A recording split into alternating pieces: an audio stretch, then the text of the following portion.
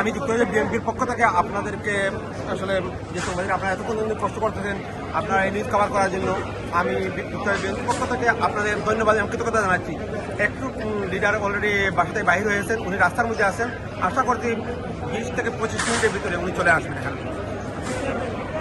আপনাদের মাধ্যমে দেশবাসী এবং যারা দেখছেন সবার কাছে আমি আপনাদেরকে আমাদের নেতার জন্য দোয়া করবেন যে উনাকে আমরা সুস্থভাবে আমরা যেন ভালোভাবে ফ্লাইটটা বাংলার মাটি ল্যান্ডিং করতে পারি। আপনারা সবাই মন খুলে দোয়া করবেন। সাথে সাথে আমাদের মা ঐক্যপতি খালেদার জন্য আপনারা সবাই দোয়া করবেন প্লিজ।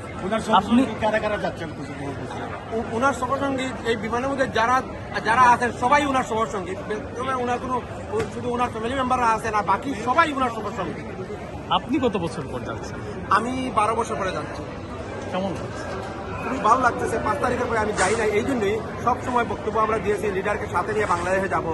5 তারিখে চিন্তা করলাম যেহেতু সবসময় আমরা বলছি ওনাকে সাথে নিয়ে যাবো, কেমনে যার জন্য যাই না, আজকে ওনার সাথে যাচ্ছি।